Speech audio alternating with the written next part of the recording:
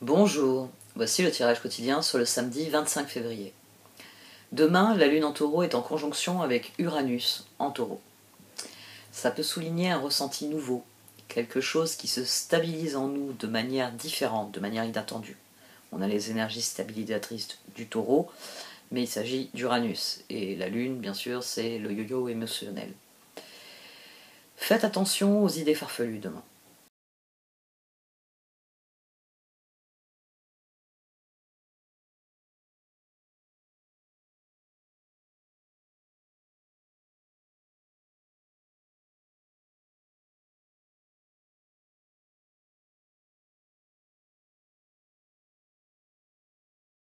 Danse de la reine papillon.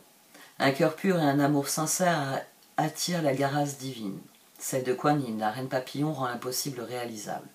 Passer d'une chenille à une magnifique créature ailée est une preuve incontestable que la grâce divine s'organise quelle que soit la tâche, même la plus incroyable. Quels que soient vos ennuis ou vos rêves, faites entrer la grâce dans l'utopie ou la situation qui vous préoccupe, afin que tout se déroule dans la perfection divine. Amis très chers, laissez danser la reine papillon, qui améliorera votre situation actuelle dans la légèreté et la grâce de son cœur. Prière à la reine papillon. Je choisis maintenant d'abandonner la lutte et le doute pour m'ouvrir au bienfait de la grâce divine de Kuan Yin par qui tout devient possible. Vénérée reine papillon, faites que j'entende dans mon cœur la divine musique de joie et de paix sur laquelle vous dansez. Om Mani Padme Hum. Électricité, coup de tonnerre, activation. Vous êtes inconsciemment connecté avec cette incroyable puissance qui se trouve dans l'énergie des étoiles. Une transmission intergalactique d'un espace au-delà du temps. Un message arrive, gardez l'esprit ouvert. Réflexion. Souvenez-vous et bénissez et soyez reconnaissant de tous les beaux moments de votre vie. Remerciez les nombreuses bénédictions que vous recevez chaque jour. Vous pouvez vous connecter énergétiquement avec ceux que vous aimez simplement en les ressentant dans votre cœur. La vie est belle. Je continue de nous dire, de parler de grand réveil, de grand éveil, d'impossible qui devient possible. On a ici, au niveau de la ligne du cœur, elles se sont entrecroisées, là, les deux lignes. J'ai eu le 3 de bâton sur ces deux positions. J'ai eu le 8 de pentacle et la 7 de pentacle.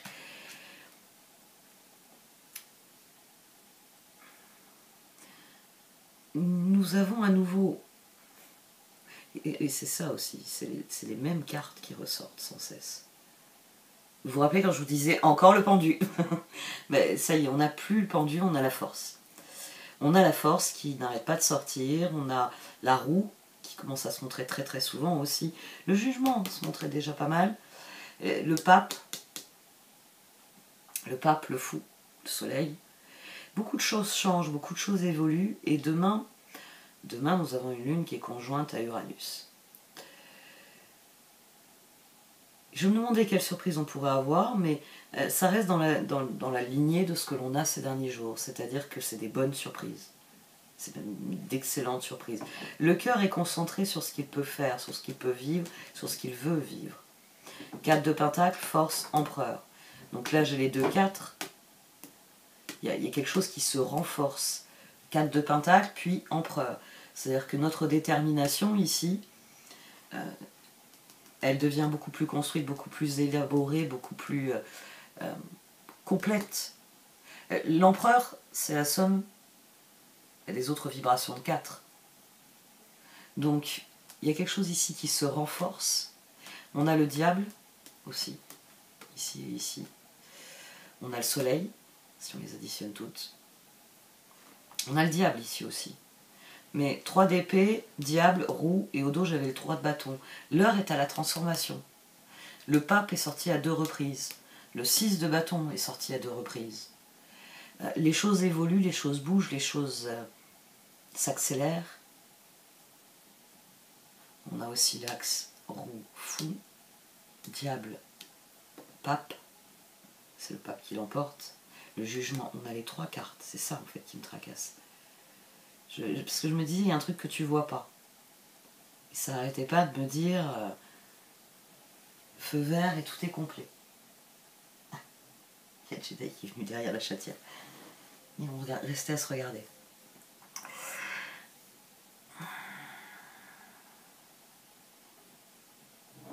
Même numériquement, ça reste très limité. Ça aussi, c'est intéressant. Parce qu'en fait, j'ai une sensation de goulot d'étranglement, c'est-à-dire que demain sera une journée différente, dans le sens que les choses sont devenues évidentes dans notre esprit, dans notre cœur, et que nous ne pouvons que sortir de notre chrysalide. Il n'y a plus d'autre choix. C'est cette victoire que désire le cœur. 6 de bâton, chevalier d'épée, jugement. Le jugement est sur la roue et l'empereur, oui, c'est ça. 4 de pentacle, 3 d'épée, 6 de bâton.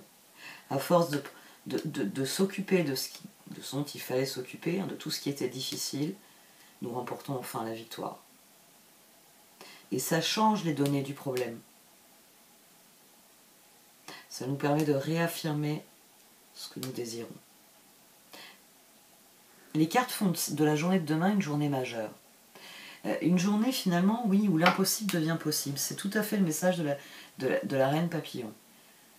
Les jours précédents, elles nous ont dit « vas-y, lance-toi ». Et ici, elles disent que presque qu'un cycle peut être vécu durant cette journée. Qu'il y a une occasion en or. On a le page de bâton, le 6 de bâton et la reine de pentacle. Il y a la même idée qu'en dessous. C'est-à-dire qu'on est passé du stade de page de bâton à celui de reine de pentacle. On est passé du stade de j'essaye, je me demande, je tente des choses, au stade de j'ai accompli un certain nombre de choses, désormais, dans quelle direction est-ce que j'ai envie de regarder? C'est un changement total de paradigme. Après s'être accroché pour tenir bon, nous sommes en position de décider. Et c'est uniquement dû à nos efforts. Et les efforts payent. C'est-à-dire que le piège d'autrefois, d'ailleurs on a la lune ici, ce piège n'existe plus. Nous passons à la phase de transformation, nous passons à la phase de guérison. Et très concrètement, demain, nous avons une occasion, j'ai envie de dire, de fêter la victoire dignement. De faire un truc... c'est Uranus et électricité ainsi qui m'influence aussi beaucoup. Quelque chose de différent. Surtout que le conseil ici, c'est chevalier de bâton, papesse, soleil. Au dos, on a la transformation. J'ai toujours eu envie, je sais pas moi, de faire du parapente. Très bien, demain j'essaye. Je vais me payer une séance de parapente. Il y a cette idée-là. Il y a cette idée de faire un truc qui est complètement en dehors de notre zone de confort, mais qui est complètement aligné avec ce qui est en train de nous arriver. C'est parce que j'en ai toujours rêvé que je me sens capable de le faire désormais. Il y a une prise de pouvoir. Et notre détermination crée le changement. Mais c'est pas un changement qui est appelé à durer. On veut juste ici, 6 de bâton, chevalier d'épée, jugement. On veut remporter une victoire sur soi, on veut remporter une victoire sur... on veut faire marquer la journée d'une pierre blanche. Ouais, c'est ça. On veut marquer la journée d'une pierre blanche.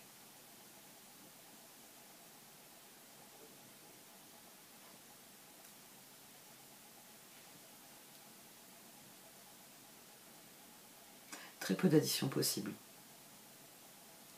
Ici on a le diable qui est ici au centre et qui de toute façon est écrasé par le pape, donc c'est définitivement un bon diable. Hein. On en a fini avec le 3 d'épée, on a guéri. Là à la rigueur je peux former le 17 des étoiles.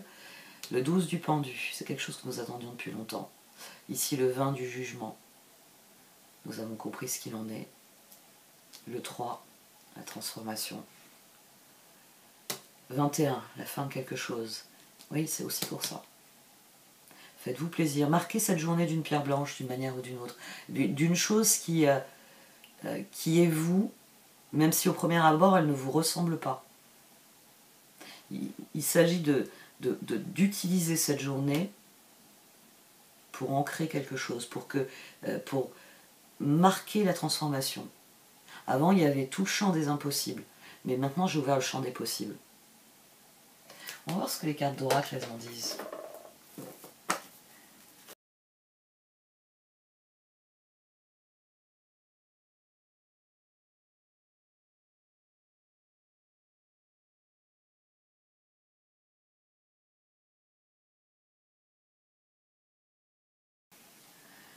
Alors les cartes d'oracle, elles confirment plusieurs points. Elles confirment que quelque chose a guéri et quelque chose a changé dans la façon dont nous nous positionnons par rapport à la situation. Pourquoi j'ai l'impression d'avoir déjà eu cette paire ici? Peut-être avec les tarots Shozen.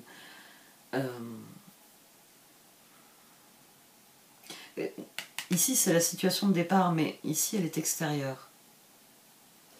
Elle répond de manière extérieure à la question. C'est-à-dire que le destin nous réserve ce que doit. Le destin vient rétablir un équilibre. C'est à nous, ensuite, de choisir en alignement pape et transformation. J'en ai beaucoup parlé sur la nouvelle lune, mais l'astrologie de ce début d'année, c'est réellement une astrologie qui exige de nous de l'engagement. C'est deux transits qui sont exigeants. Saturne, qui change de signe, et Pluton, qui va nous faire changer d'air. Donc, ces deux transits vont être extrêmement exigeants. C'est l'exemple de la maison de la vie. J'en parle souvent quand je dis Saturne est dans telle maison, Vénus est dans telle maison, etc. L'arrivée de Saturne et de Pluton, c'est un empereur qui rentre dans son qui rentre dans un de ses fiefs. Ouais, c'est plutôt le terme. C'est un empereur qui rentre dans un de ses fiefs. C'est pas vraiment sa maison, oui, c'est pas forcément sa maison. C'est les domifications, etc., hein, qui rentrent en jeu. Mais c'est un empereur qui rentre dans un de ses fiefs. Et quand il arrive, on a tous, vous avez sans doute à l'esprit un visage très martial, qui aboie des ordres, c'est à ça que je pense en fait. C'est-à-dire que à la minute où Saturne va rentrer en Poisson, il va commencer à expliquer à tout le monde comment il faut se comporter. Comment il faut se comporter, ça va être bien sûr la maison des poissons qui est activée, mais forcément, comme il vient d'arriver, il a beaucoup de choses à dire. Là il nous fout un peu la paix depuis qu'il est sur la fin du Verseau. Les grands transits qui nous ont tapé sur la tête ces 2 dernières années se sont terminés. Donc, nous avons pris un rythme depuis quelques mois, mais il va à nouveau changer ce rythme. Et Pluton, quand il va passer en Verseau, il va fouiller tous les placards. Il va filer à la cave, voir ce qu'on y a caché. Et puis, quand il aura fini de vider la cave, il va s'attaquer au grenier. Et comme quand il traverse des couloirs, il ne peut pas s'empêcher d'ouvrir les placards pour vérifier si on n'y a pas planqué des squelettes, c'est des transits qui vont retourner beaucoup de choses. C'est ainsi. Et plus vous serez engagé de manière consciente, délibérée, honnête, dans ce que vous désirez, et moins ces transits on ne peut pas dire qu'ils vous affecteront pas, ils vous affecteront, ils nous affecteront tous, mais vous pourrez en tirer parti plus rapidement. Donc là, on a une espèce de rampe de lancement qui n'arrête pas de nous parler d'engagement. S'engager dans une transformation qui est positive, qui va dans la bonne direction. Parce qu'on attire ce à quoi on dédie notre attention. Mais là encore, les oracles viennent dire que demain, il faut s'offrir une récompense, il faut s'accorder à soi ce que l'on désire. Parce que ça permet de faire les choix qui comptent et de se concentrer sur ce qu'on veut vraiment. Ça nous permet de rester dans un juste alignement. Ce qui est intéressant, la paire que je préfère ici, c'est celle-ci. Parce qu'il y a un changement d'état d'esprit. Ici, on est la victime qui subit la situation et qui se lamente sur le verre à moitié vide et qui néglige le verre à moitié plein. Ici, on a appris de ça. Et on a compris que l'univers ne nous offre que des tremplins. Mais encore faut-il utiliser le tremplin.